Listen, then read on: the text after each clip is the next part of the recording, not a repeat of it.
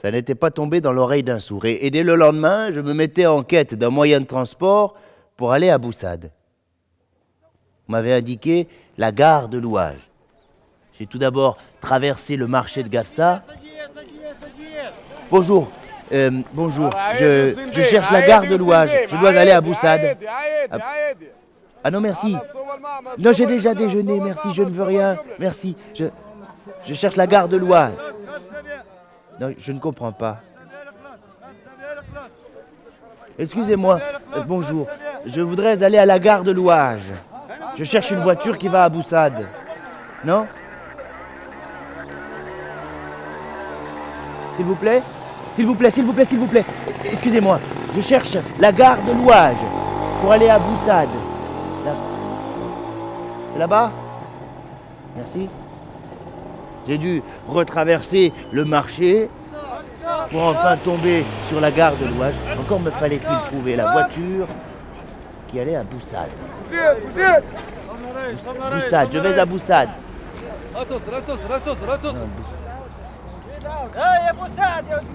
Boussade, vous allez à Boussade? Là-bas, formidable. Très bien, merci. J'ai enfin pu découvrir ce que c'était qu'un louage. Alors, un louage, c'est une vieille Peugeot 504 break dans laquelle on entasse 7 personnes et qui ne partira qu'une fois pleine. J'étais coincé entre 2 grosses dames qui discutaient à grands gestes et un mouton dans le coffre qui avait décidé de me brouter les cheveux. Le voyage m'a paru interminable. Au bout d'un moment, j'ai demandé au chauffeur où habitait Om al-Hikaï à la mer des histoires. Toutes les conversations se sont arrêtées, tous les regards se sont tournés vers moi. Je voudrais juste qu'elle me raconte quelques histoires, c'est tout. L'ambiance est un peu détendue. Et plus loin, le chauffeur s'est arrêté au milieu du désert. Il m'a vaguement désigné une montagne rouge qui pointait vers le ciel. C'est là-bas qu'elle habite, Om al-Hikaï. Tu peux descendre ici, Rouya. Et je me suis retrouvé tout seul, au milieu de nulle part, et je me suis senti abandonné, triste. J'avais envie de pleurer. Mais une chèvre. Puis 2, puis 3, tout un troupeau de chèvres est arrivé, m'a entouré comme si elles venaient me consoler. Elles étaient suivies par un drôle de berger. L'homme portait sur son dos une chaise en bois. Il m'a dit, eh bien, Rouya, qu'est-ce que tu fais dans le désert à la nuit tombante? Je lui ai expliqué que je venais voir Om al-Hikaï, à la mer des histoires. Om al-Hikaï. C'est bien. Mais ça n'est pas une heure pour rendre visite à une vieille dame. Allons, viens avec moi. Aujourd'hui, c'est jour de paye, c'est jour de fête, et tu seras mon invité. Je l'ai suivi jusque Boussade. À peine entré dans le village, les chèvres se sont dispersées. Elles connaissaient le chemin de la maison. Et chaque villageois a donné à mon berger 1 dinar par chèvre gardée pendant 1 mois. Il était content. Nous sommes allés chez lui, sa femme avait préparé de la mlouria, c'était délicieux. Mais il m'a expliqué en se tenant le ventre qu'il était barbouillé et qu'il ne m'accompagnerait pas. Quand j'ai eu terminé mon assiette, et il s'est mis à me tirer par la manche. Il m'a dit, viens, je vais te faire visiter le Boussade by night. Et il m'a entraîné dans les ruelles obscures de ce petit village. Nous nous sommes arrêtés devant une petite porte. Nous sommes entrés dans une petite pièce. Quelques hommes étaient attablés. Certains jouaient au domino, d'autres buvaient du thé. La radio chantait l'appel à la prière. Le berger m'a entraîné dans un coin de la pièce. Ce qu'il avait à me dire ne devait être entendu que de moi. Quand tu m'as vu tout à l'heure, dans le désert, tu t'es demandé si je n'étais pas un petit peu Non, non, pas du tout, non. Tu t'es demandé pourquoi j'avais une chaise sur le dos. J'ai dit oui, ça c'est vrai. Et je vais te raconter mon histoire. Mais avant,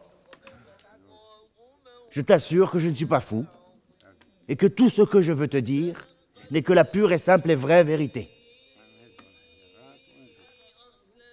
Voilà. Il y a quelques mois de cela, j'étais parti dans le désert avec mes chèvres. Je m'étais allongé sur une grosse pierre à l'ombre d'un petit arbre. Comme le soleil était déjà haut dans le ciel, j'ai soupiré. J'avais faim, j'ai dit je mangerais bien quelques olives et du bon pain.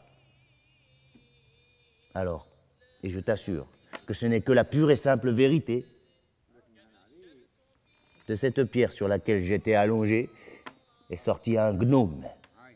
Il tenait dans ses mains une assiette, des olives baignées dans de l'huile, il y avait un peu d'harissa et un bon pain chaud. Je l'ai pris, j'ai mangé, c'était bon. Je lui ai rendu son assiette, il est rentré dans le rocher. Le lendemain, tu penses bien, à la même heure, j'étais sur ce même rocher, le voilà qui sort, il tenait dans ses mains un plat de shakshuka. C'était délicieux. J'ai tout mangé, j'ai même léché l'assiette, je lui ai rendu, il est retourné dans le rocher. Le lendemain, le voilà qui sort, tenant sur sa tête un agneau entier rôti. Il le pose à mes pieds, je mange une pâte, deux ou trois côtelettes. Mon ami, ton agneau est cuit à point. Je me suis régalé, c'est délicieux. Mais à présent, ne te vexe pas, mais j'ai bien mangé et je ne peux pas... Paf!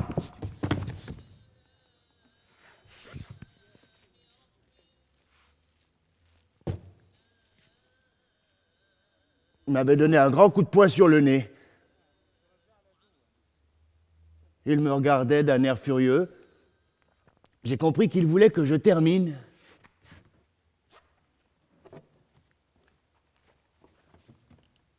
Alors j'ai mangé une troisième pâte, une quatrième pâte. Cela m'a pris toute la journée de terminer ce maudit agneau et plusieurs semaines d'inconfort intestinaux. Depuis ce jour, je me suis promis que plus jamais mes fesses ne rencontreraient la pierre. Voilà pourquoi je me promène partout avec une chaise sur le dos. Tu comprends mieux à présent? Cette nuit-là, j'ai très peu dormi. Et le lendemain matin, comme promis, mon berger m'a escorté jusque chez Omar Hikaï, à la mer des histoires. Nous cheminions sur une route rocailleuse et je ne sais pas ce qui s'est passé. Il s'est emmêlé les pieds, il a trébuché sur une pierre, il est tombé à la renverse et paf, le cul sur une pierre. Et là, mais je vous assure que je ne suis pas fou et tout ce que je vais vous dire n'est que la pure et simple et vraie vérité. De cette pierre est sorti un espèce de nain, avec une grosse barbe rousse, des sourcils broussailleux. Il tenait sur sa tête un plat de couscous d'au moins 10 kilos. Il l'a déposé au pied de mon berger. J'ai lu dans son regard de la détresse. Je ne savais pas quoi lui dire. Je lui ai dit « Bon appétit ». Et puis, on ne m'avait pas invité, je ne voulais pas m'imposer, alors je suis reparti.